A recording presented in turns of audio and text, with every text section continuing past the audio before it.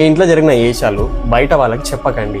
4 రోజులు మాట్లాడిన ఏదో మంచోడు అనుకొని ఉన్నాయి లేని అన్ని మాట్లాడినాం అనుకో, వాడు ఆ 4వ రోజు ఉంటాడు. ఆ 4 రోజు ఆ విషయాలని తెలుసుకుంటూ 5వ రోజు దెంగెత్తాడు.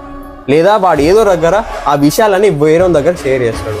మీ ఇంట్లో జరిగిన అన్ని బయట వాళ్ళకి చెప్పినావు అనుకో, నీ ఇంటి ఇజ్జత్ నువ్వు తీసినట్టే లెక్క. నీ సెల్ఫ్ రెస్పెక్ట్ హర్ట్ చేసే ఛాన్స్ ఎవరికి ఇవ్వకండి. ఇగో వాళ్ళతో 4 రోజులు తిరుగుతావు, ఆ 4 days లో అన్ని షేర్ చేస్తారు. అరే అబ్బా మంచోడు కదా అనుకుంటాం, అది ఫ్లో, అది అట్లే ఉంటుంది, అందరూ అట్లే అనుకుంటారు. నువ్వే వాళ్ళ చేతికి రాడ్ ఇచ్చి నన్ను గుచ్చు అని చెప్పి మీరే చులకన చేసుడు స్టార్ట్ చేస్తారు, ఇలానే చేసుడు స్టార్ట్ చేస్తారు.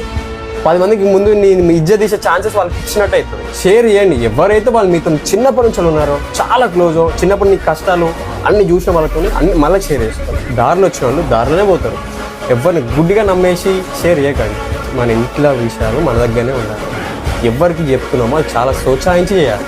ఎర్రిపుక్కొని తీరు నా ఓడు నా వాళ్ళని కొని తీరు భ్రమలో ఉండి షేర్ చేయకండి. నీ ఇంటి ఇజ్జత్ నువ్వు తీసుకుంటే